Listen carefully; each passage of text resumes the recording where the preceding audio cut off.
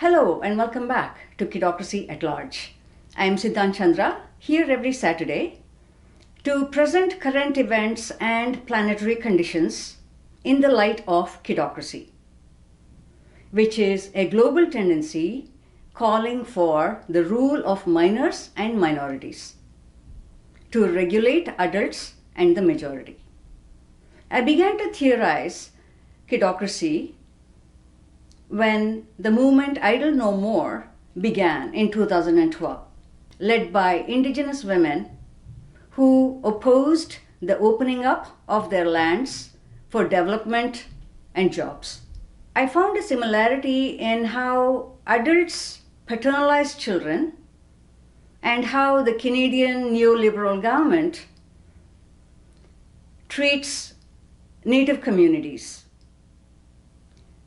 both imposing the values of mastery and work on entities that are authentic and sovereign.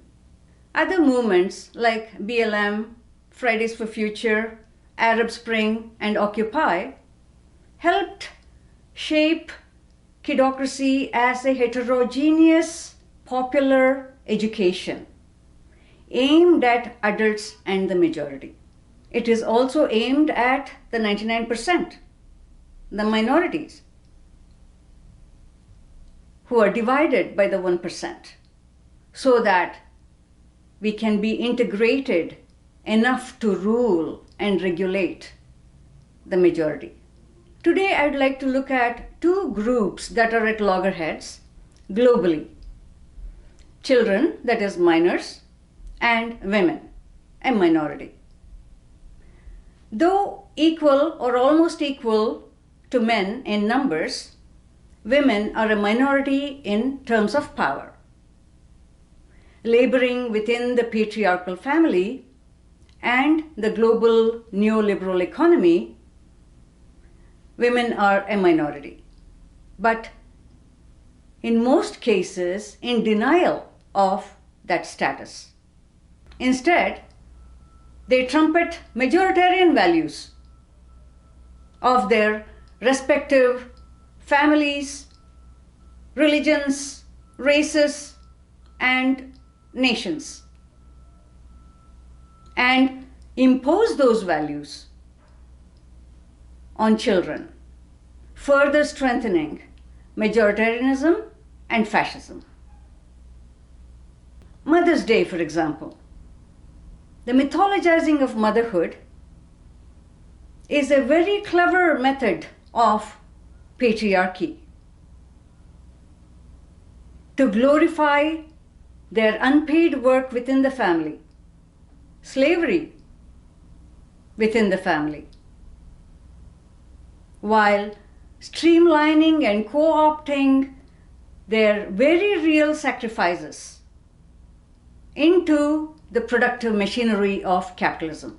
Celebration of successful motherhood bypasses the very real oppression experienced by women and children in the patriarchal family. Instead, foregrounds their sacrifices as necessary for the children's future, thereby dividing both women and children into resentful and oppositional categories. And not just in the global south. Last weekend, SNL, Saturday Night Live, hosted by Elon Musk, the second richest man of the planet, showed how he and Saturday Night Live made hay on Mother's Day. He shared his limelight with his mother, and the rest of the cast trotted out their mothers too. SNL streamed this show live, free, to over 100 countries, selling him as the new all-American hero. A soft fascism, promoting him as a human, likable and self-deprecating. Not too much, just enough. Not as crass as Jimmy Fallon ruffling Trump's hair on his show, but more clever and more dangerous. In contrast to this hallmark advertisement for successful single motherhood that produced tech billionaire leadership, I want to present 3 different instances of the global crisis of non-communication between mothers and their children, as seen in a number of films. And I will conclude with a transformative, kidocratic example of a minoritarian mother who learns from her child. In the film Winners of Life by Lola Jia Liu, we see 2 8-year-old children pressured by school and home to score well enough to enter a good middle school. While Liu has some visual impairment, he is bullied all the same by his mother. And Deng, a natural-born winner, is micromanaged all the same, despite her success. At school, children recite in chorus the wisdom of Confucius. Open quote. Is it not pleasant to learn with constant perseverance and application? Unquote.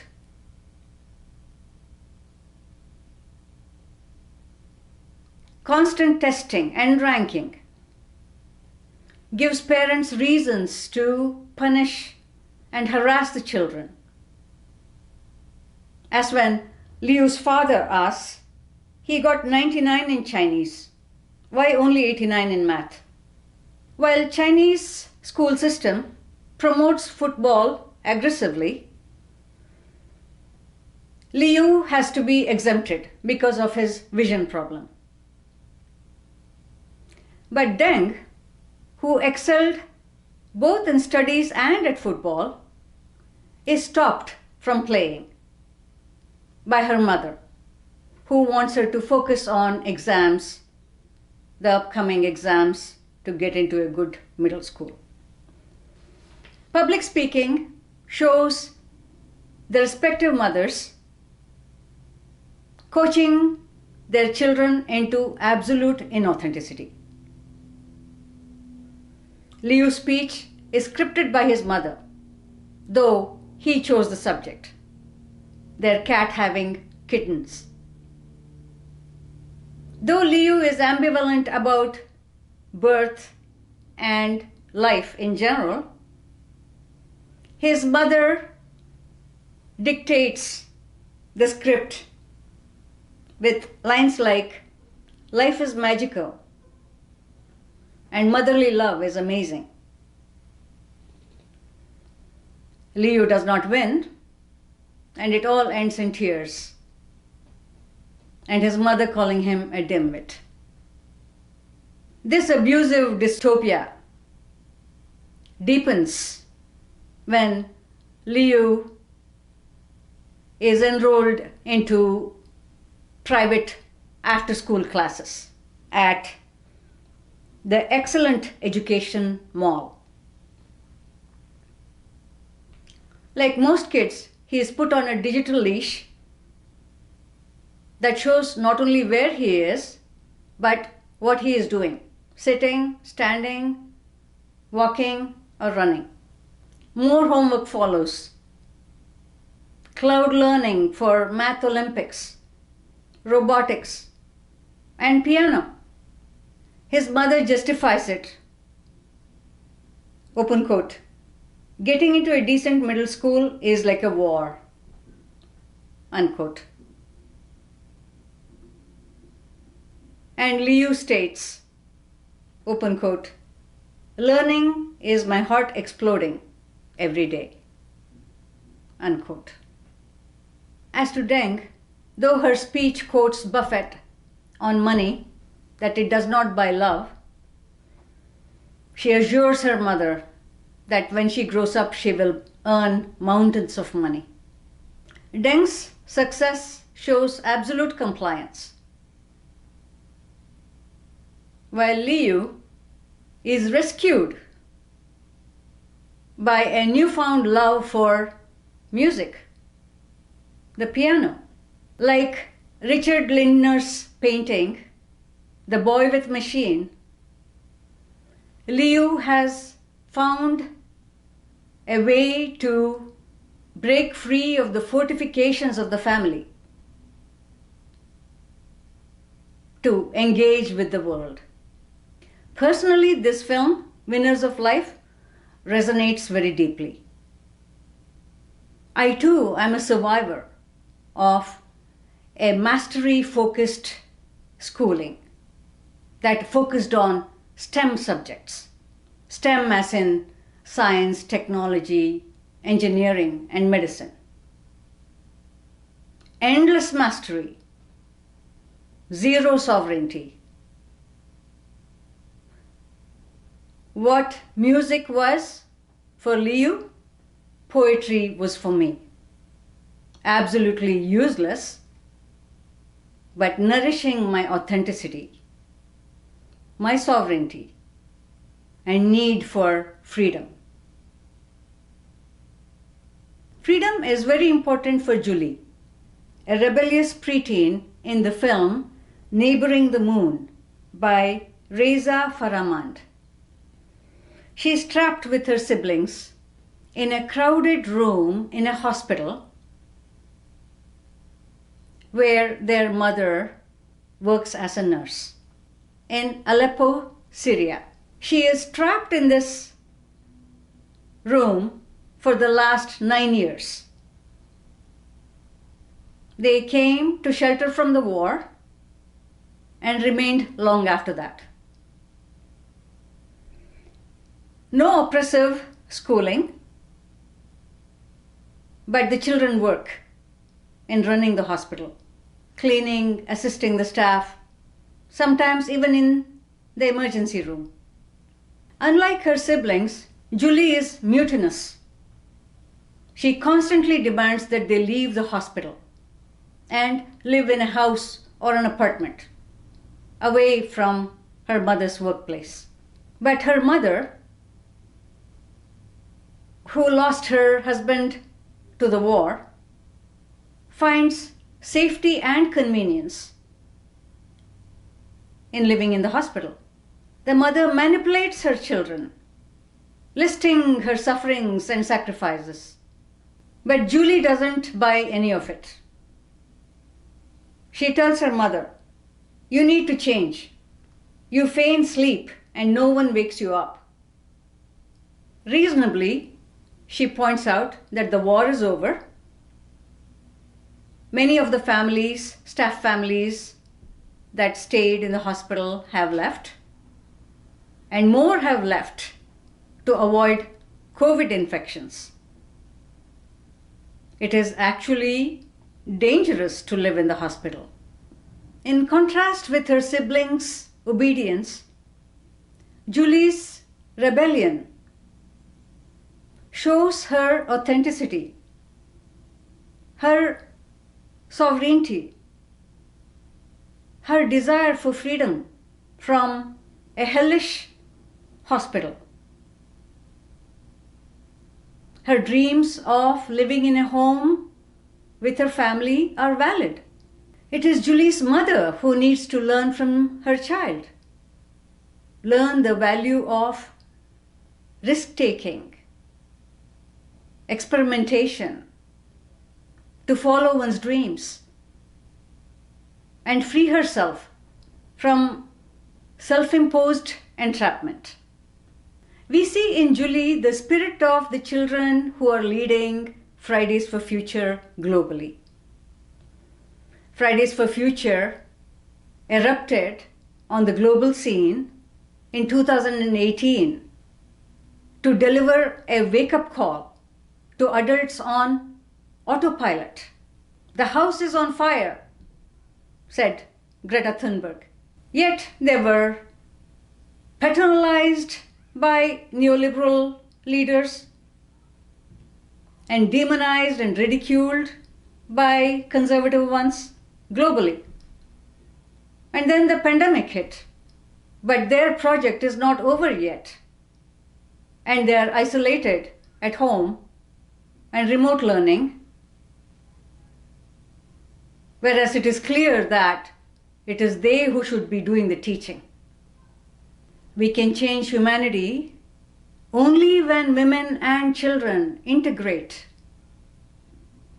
to rule and regulate patriarchal and fascist majority. A single mother and child in Yellowknife, Canada, show us how in a short film called Into Light by Sheona McDonald. It all began when the son, around 3 years old, chose a sparkling dress for a performance at school, and soon after coming out as girl. While the mother had strong fears about transgendering, she was progressive enough to honor her child's decision to attend school in a dress. While the teachers and the girls were cooperative, the boys were not. And though it hurt, the mother says, it was easier for her to be ridiculed than live in a way that was not authentic. I celebrate this woman as anti-mother. That is, she is an ally and a co-conspirator. She is not pulling seniority. She is not imposing the ways of the world on a child. She rejects the molar demands of the heteronormative patriarchal family and connects instead to the molecular desires of her child, a 3-year-old. She rejects the mastery and slavery of walking the straight and narrow path of success. Instead, embraces the uncertainties of queer failure, as per Judith Halberstam's Queer Art of Failure. Majoritarian feminism and female empowerment is promoted everywhere. You can become a CEO, you can become an astronaut, you can run for president. But minoritarian feminism is not that popular because it affiliates with weakness.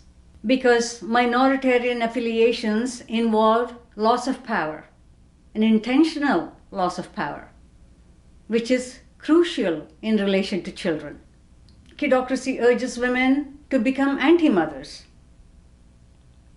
to connect with their children's polymorphous perversity, that is, boundless curiosity, that will not be held in check by the stipulations of molar entities like the state, the family, the institution, to become allies and co-conspirators, to launch a new epoch in which not only are children's polymorphous perversity, boundless curiosity be supported by adults, parents, and teachers, but emulated. A new epoch in which adults Parents and teachers, learn from children the importance of risk-taking, of experimentation, of molecular connectivity to the physical world, and a base materialist pleasure in animals and nature, and authentic self-expression. So I wish you a happy Anti-Mother's Day. Till next week. Bye.